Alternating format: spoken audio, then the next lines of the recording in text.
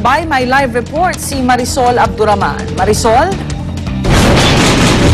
Kaya bagamat wala pa rin katiyakan kung anong araw nga ba talaga ang rocket launch ng North Korea, nakapreposisyon na ngayong binabanggit natin na Quick Response and Recovery Team sa iba't ibang lugar dito sa Bicol. Ito nga yung team na naatasang mag-recover sa mga debris kung sakali nga may babagsak dito sa rehiyon. Ang nasabing grupo nga ang magre-recover hindi lamang po sa mga 3 probinsya na identify natin na posibleng ang tamaan kung sakaling mag-overshoot nga itong rocket launch. Isa sa pinuntahan ng Catanduanes, isa sa mga probinsya na posibleng bagsakan ng mga debris kapag lumihis ang direksyon ng rocket ng North Korea sa pagdaan nito sa silangan ng Pilipinas.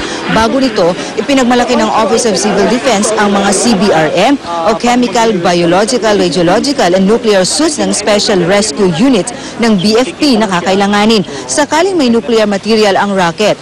Hindi tulad sa Aurora at Cagayan, dito, hindi ipatutupad ngayong araw ang no-fly, no-fishing at no-sailing zone. Pero sa araw mismo ng rocket launch, alinsunod sa gagawing abiso ng North Korea, ipagbabawal na ang paglalayag. Pero sa Pulilio Island sa Quezon, bawal lang mangisda ngayon kaya maraming bangka ang pansamantalang itinabi. Assure the public there are no communities directly affected. We are just here to prepare and be ready to respond in case na merong overshoot. Rhea, uulitin natin as far as OCD Region 5 is concerned, hindi dito ipapatupad ngayong araw ang no fishing at no sailing. Gayunpaman, kahit wala raw pong advisor ng OCD sa ganyan, mayroon naman daw otoridad ang mga local chief executive na magpatupad ng mga panuntunan na sa tingin nila ay makabubuti sa kanilang nasasakupan. Patuloy naman ang kanilang panawagan sa publiko na manatiling kalmado at tumutok sa mga balita. Rhea. Maraming salamat, Marisol Abduraman. Mahigpit naman ang monitoring ng NDRRMC sa inaasahang rocket launch ng North Korea. Mula sa Campanguinaldo, may live report si Oscar Oida. Oscar? Yes. Kasigan, sa mga sandaling ito ay wala na nga talagang tulugan dito sa Operation Center ng NDRRMC. Kaya na madaling araw pa sila nakatutok para nga dun sa inaasahang rocket launch ng North Korea na posibleng magsimula o posibleng mangyari ngayong araw at 4 na araw mula ngayon. At para nga dyan ay 3 senaryo ang inaasahan ng NDRRMC. Una ay yung bumagsak sa karagatan ng Pilipinas ng buo itong fuel booster ng naturang rocket. Pangalawa ay magkapira-piraso ito bago umabot nga sa natong karagatan.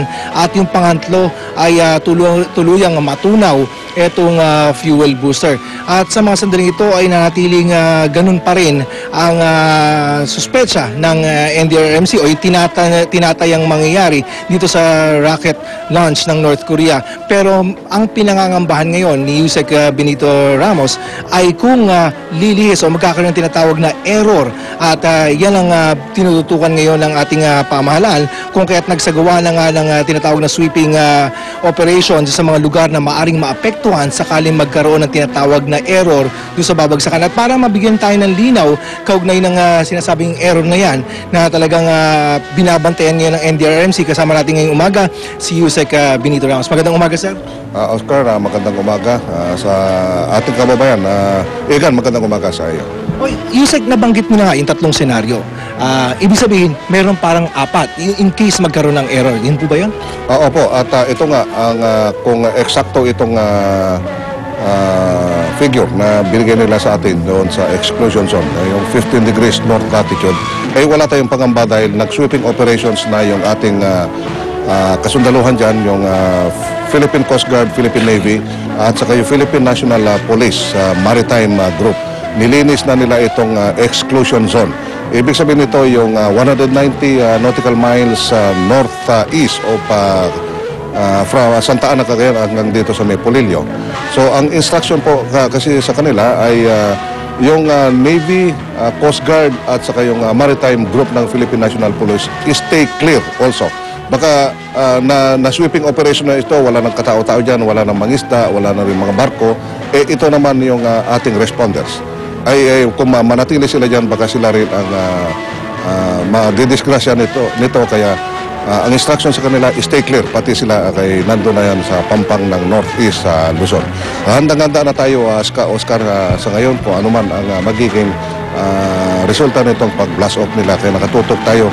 Exactly ano bang oras nito, hindi pa natin alam. Yusek, sa nabanggit mo, ibig sabihin, sa mga sandaling ito, wala nang nagbabantay doon sa area na yun? Wala na nagbabantay kasi baka yung Navy, Coast Guard at saka yung Maritime Group ng PNP, sila rin ang tamaan. So stay clear kasi na-clear na natin ito 2 days ago. Yusek, nabanggit nyo, we are closely monitoring itong posibleng rocket launch ngayong araw. Paano po yung mga sistema na ginagawa niya ng pag-monitor?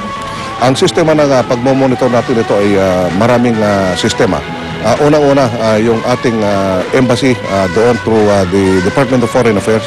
So meron tayong embassy, nandyan din yung defense attaché natin sa embassy. At of course, itong international media na nakatutok tayo ngayon dahil nandun na sila sa site ngayon. Kaya nakatutok tayo ngayon. Regarding, Yusek, matanong ko lang, yung regarding sa intention, ng sinasabing intention ng Japan na i-shoot down itong rocket sakaling dumaan sa kanilang airspace. Ano po ang latest at informasyon dito?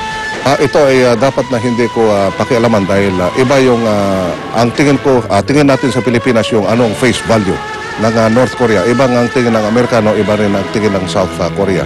Ang sinasabi nila na i-shoot down ay silang may decision dito dahil nag-justify naman sila ito na hindi hostile or for military end. This is for scientific research. Kaya depende sa pananaw nila. Yung pananaw natin dito ay tama nga yung sabi nila na ito scientific research. So maniwala tayo dyan sa sinasabi nila. I understand, Yusek, masyadong busy ka sa araw na ito. Meron na bigyan ko kayo pagkakataon na ipaabot po sa ating mga kababayan yung mahuling paalala nito. Opo, sa ating mga kababayan, dito sa exclusion zone ay wala nang tao dyan. Pati yung ating responders ay umalis na rin yan. Baka sila rin ang magdidisgrasya. Kaya ituloy lang natin ito yung ating panawagan na kung pwede lang, kung walang tao dyan sa exclusion zone ay walang madidisgrasya.